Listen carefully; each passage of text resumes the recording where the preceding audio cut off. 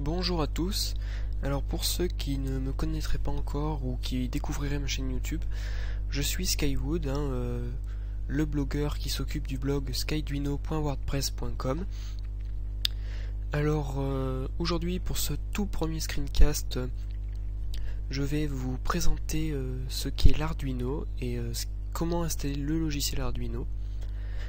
Alors l'Arduino, qu'est-ce que c'est tout d'abord? Eh bien c'est une plateforme de développement électronique open source.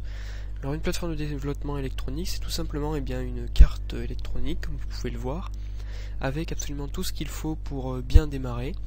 Il n'y a absolument aucune connaissance d'électronique à avoir pour débuter. Il suffit simplement de s'occuper de son programme et pas d'avoir à s'occuper de l'électronique. Alors quel est l'intérêt de l'Arduino? Eh bien tout simplement c'est de pouvoir connecter sur l'Arduino donc des capteurs, des moteurs, des lampes, enfin tout ce qui est bon, tout ce qui est électronique en sorte. Peut-être connecter un Arduino, on peut pas vraiment dire que tout est possible, mais beaucoup de choses sont possibles.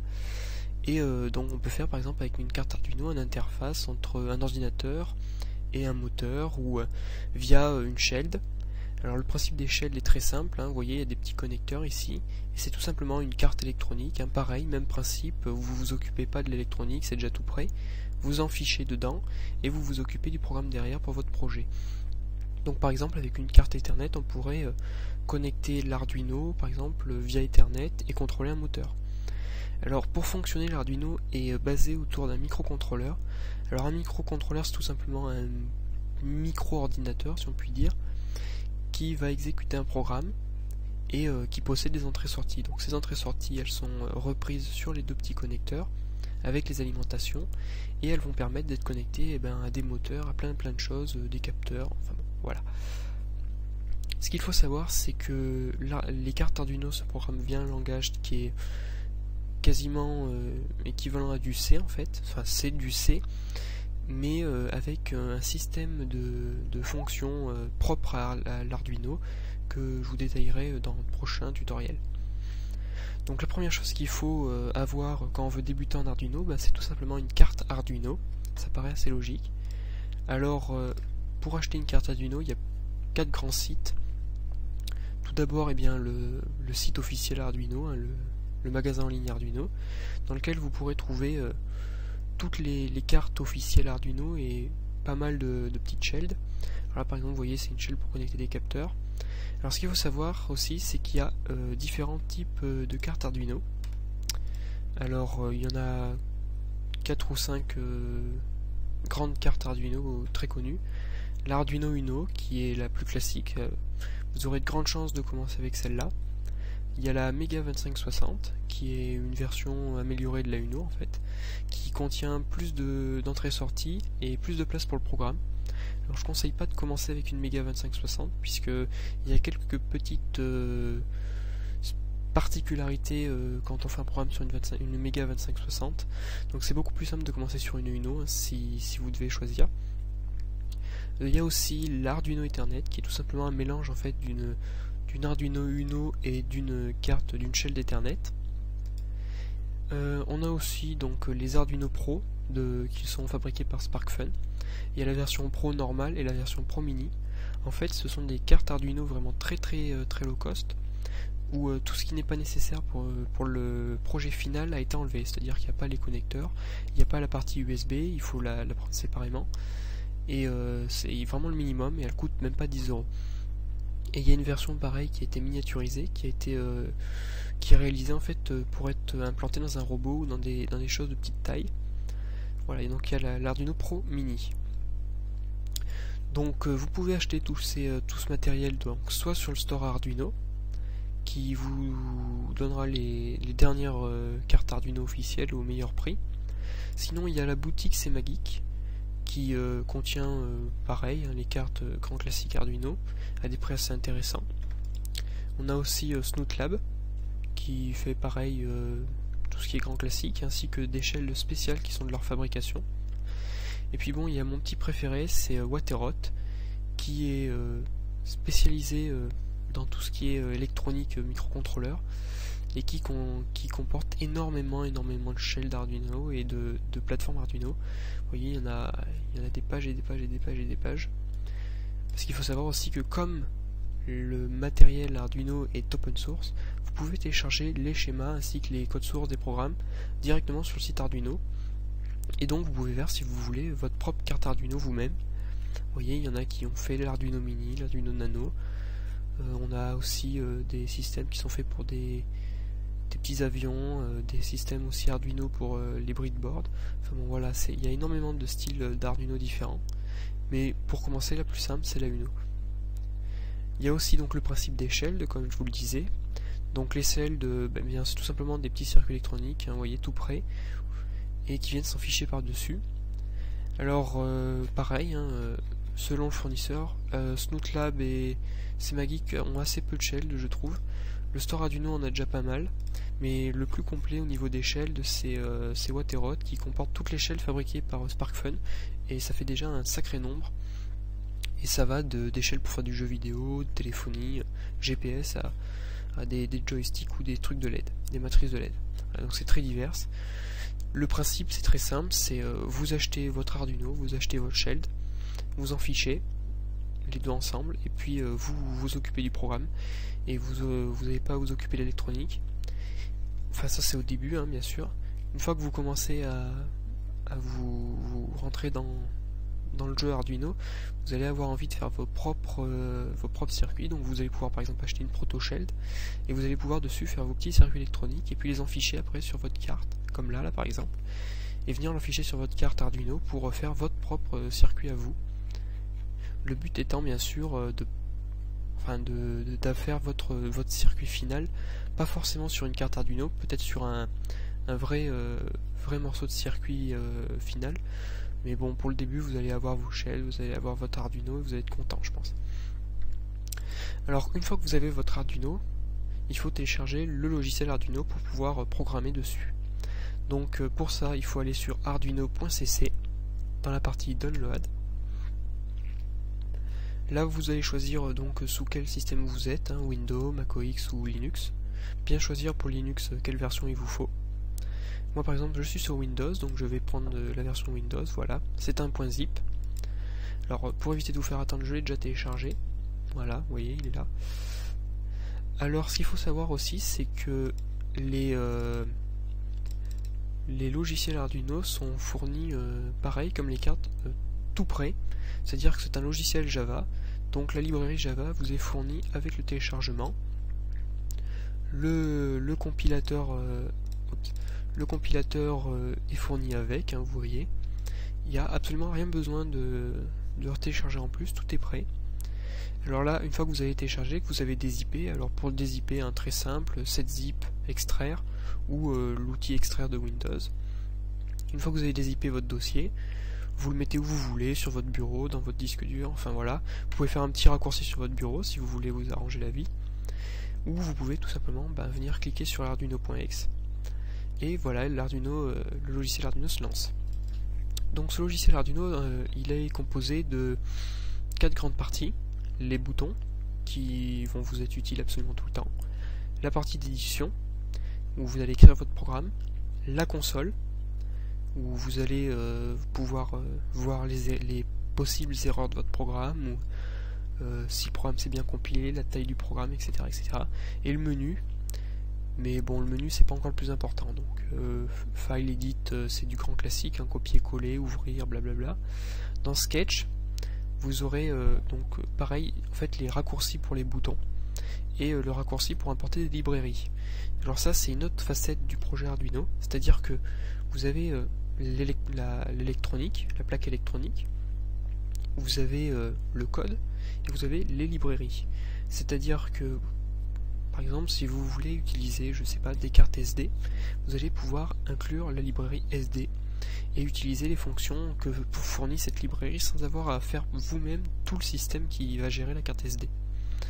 C'est encore une autre facette du projet Arduino qui va vous permettre de faire des choses très rapidement. Donc ensuite, il y a là le menu le plus important, c'est le menu Tool. sur lequel vous avez plusieurs choses, et la plus importante chose c'est la sélection de la carte. Alors là il va falloir bien choisir la carte que vous utilisez. Si vous êtes sur une Uno, ben vous allez choisir Uno, si vous êtes sur une Mega, vous allez choisir la Mega, et ainsi de suite. Donc là il ne faudra pas se tromper, et il faudra aussi choisir le port série. Donc là ma carte n'est pas branchée, donc je n'ai pas de. Il est grisé, je n'ai pas de port série disponible. Mais il faudra aussi bien choisir le port série qui va bien, sinon vous aurez une erreur. Alors au niveau des boutons, le premier bouton, le bouton Play, permet de compiler le programme. C'est-à-dire que le logiciel va prendre votre programme, le compiler sous un format binaire, et si jamais il y a une erreur, elle va venir s'afficher dans la console ici. Là par exemple j'ai pas mis de programme, donc il va me dire que j'ai fait une erreur, hein, qu'il manque des choses, voilà. Pas de référence à setup, pas de référence à loop, alors je vous expliquerai ce que c'est ça plus tard. Donc là vous voyez il y a une erreur, c'est en rouge, bon voilà ça se voit. Ensuite bon, le bouton New, Open, Save pour sauvegarder, Upload qui va permettre de compiler votre programme et de l'envoyer sur votre carte Arduino. C'est donc là après il va être, une fois envoyé sur votre carte Arduino, il va venir s'exécuter, et vous avez le Serial Monitor qui va vous permettre de communiquer de l'ordinateur à la carte Arduino via le port série, et donc discuter avec la carte Arduino par exemple pour lui envoyer des commandes, ou la carte Arduino qui va vous dire qu'elle a fait telle chose, enfin selon ce que vous lui avez dit de faire. Ou alors vous pouvez vous servir aussi du Serial Monitor comme un petit système de débugage en disant par exemple vous affichez 1, vous savez que vous êtes en train d'exécuter telle chose, puis 2, 3, 4, 5, et s'il y a un bug, vous savez que ça s'est arrêté par exemple à 5, et vous regardez où est-ce que peut être l'erreur. Donc voilà, c'est les boutons les plus importants. Alors pour ce qui est du codage, il faut savoir que c'est un langage C. Mais il y a quelques petites particularités qui font que c'est l'API Arduino, c'est-à-dire que votre programme va toujours commencer par une fonction setup et une fonction void. Alors la fonction setup et la fonction void, loop, oulala, je dis que des conneries. Voilà, donc la fonction setup elle va être exécutée une seule fois au démarrage de l'Arduino, et après elle sera plus exécutée, sauf si vous faites un reset, et là l'Arduino redémarre, donc elle est re-appelée. Ensuite il y a la fonction loop. La fonction loop elle va être appelée absolument tout le temps, c'est une boucle en fait. Donc c'est à dire que votre programme va s'exécuter, une fois arrivé à la fin de la fonction va être de nouveau appelée, donc il va se réexécuter, et ainsi de suite. Voilà, donc c'est le minimum, le programme le plus basique que vous pouvez faire, qui ne contient absolument rien, c'est ça, c'est ces deux fonctions.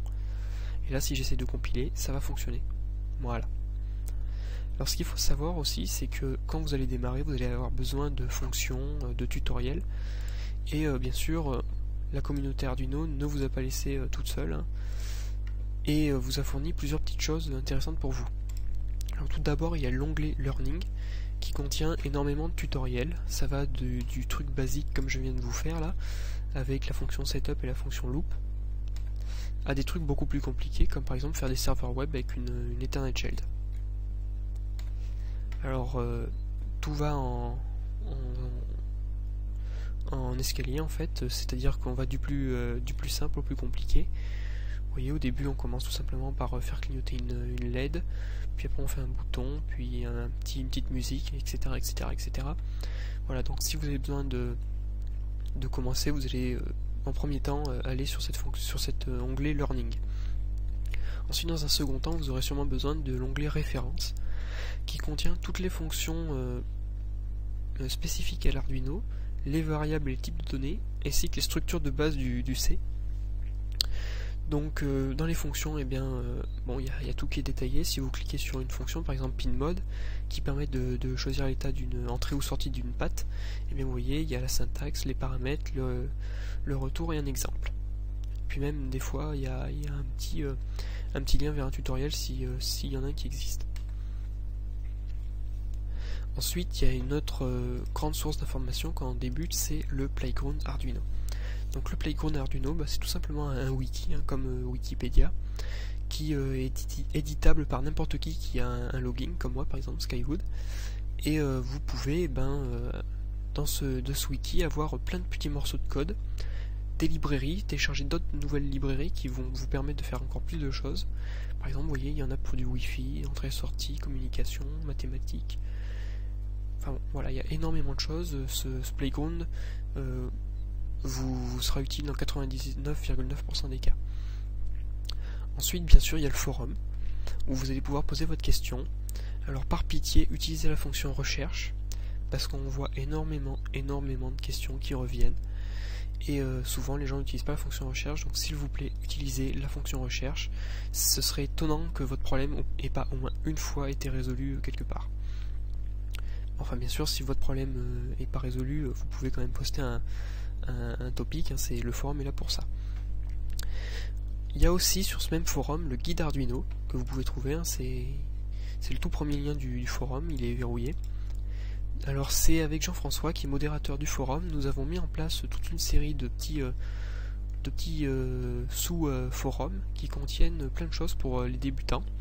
Alors il y a le guide pour commencer en Arduino, qui est tout simplement un mode d'emploi en français, c'est important, il a été réalisé par Xavier Hinault, il est entièrement en français, donc là si vous n'aimez pas l'anglais vous allez être content, qui contient absolument tout ce que vous devez savoir pour bien commencer, donc l'introduction, qu'est-ce que l'Arduino, le matériel, où trouver les cartes Arduino, le logiciel, comment l'installer, le langage Arduino, et le dépannage, bon, qui est pas totalement complet pour le moment, mais bon, voilà. Ensuite, il y a les liens utiles. Alors les liens utiles, c'est toute une série de calculettes en ligne, de générateurs de code, de répertoire de fonctions, etc., qui vont vous permettre de vous simplifier la vie. Par exemple, si vous voulez calculer la résistance pour éviter de cramer une LED, vous allez sur ce lien, vous rentrez vos... vous voyez, il y a un petit schéma, vous rentrez la valeur de la tension, la tension de la LED, blablabla, et ça va tout vous calculer tout seul, et même vous afficher les couleurs de la résistance. Ensuite, il y a le FAQ qui a été réalisé par Vince Ledge et moi-même. Alors, dans ce FAQ, il y a beaucoup de choses. Tout d'abord, il y a les messages d'erreur typiques, c'est-à-dire si vous avez un problème pour envoyer votre programme, c'est-à-dire qu'il compile, mais vous ne pouvez pas l'envoyer sur votre carte Arduino, et bien vous avez déjà les grands classiques ici qui reviennent tout le temps. Donc pensez à venir à regarder le FAQ avant de poser une question. Il y a aussi les grandes questions philosophiques, pourquoi je peux pas faire ça, pourquoi ci, pourquoi ça, blablabla. Enfin vous voyez, il y en a pas mal. Et il y a aussi toute la série des tutoriels. Alors ce sont en fait tous les liens vers les tutoriels de mon club ELEC et quelques petits autres tutoriels sur le site du Zéro et des associations Pobot. Et ça vous permet, ça va du plus simple au plus compliqué. Vous voyez, il y en a un sacré paquet, ça va vous permettre de faire déjà pas mal de choses. Et pour finir, bien sûr, avec les liens des différents sites web et blogs des membres les plus actifs du forum. Alors vous voyez, on revoit tout de suite le site de Jean-François, donc le modérateur du forum. Vince Ledge, qui m'a aidé à faire ce FAQ, moi-même, donc skyduino.wordpress.com, Chicotor, qui est spécialisé dans la domotique, donc si vous êtes intéressé par faire du contrôle à distance de lampes ou de température à distance, tout ce qui est lié un peu à la domotique, vous pouvez aller voir son site, le site de Chicotor est très complet. On a aussi le site de Semageek, qui est axé à électronique, mais qui fait aussi quelques petites news jeux vidéo.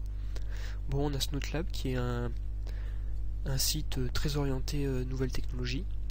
Il y a la page perso d'Alien Area 51 qui est pas spécialisé mais qui apprécie énormément les écrans 4D système. Donc si vous avez ce type d'écran, vous pouvez lui demander, il aura sûrement la réponse. Puis bon, après il y a Noël Olivier par exemple, qui est une personne avec qui je discute très souvent sur Twitter, qui a un site de news très général. Donc voilà, ça c'était le guide Arduino. Il y a aussi le blog Arduino, si vous voulez vous tenir au courant des derniers projets qui sont intéressants sur Arduino. Vous voyez là par exemple un détecteur avec un petit iPhone, une Arduino Pro Mini. Bon, il y a plein de choses, hein. Vous aurez les dernières nouveautés de l'Arduino. Comme par exemple ici, on vous annonce que d'ici peu, il va y avoir une nouvelle version de l'Arduino. La première version officielle de l'Arduino 1.0. Ça va faire beaucoup de changements, je pense, mais bon, on n'en est pas encore, ce sera dans 2 mois, alors pour le moment, laissons de côté. Donc voilà, ça c'était ma petite première introduction du monde de l'Arduino. Voilà, donc pour le moment, on n'a pas fait grand chose, hein. 2 fonctions de base, installation de l'IDE.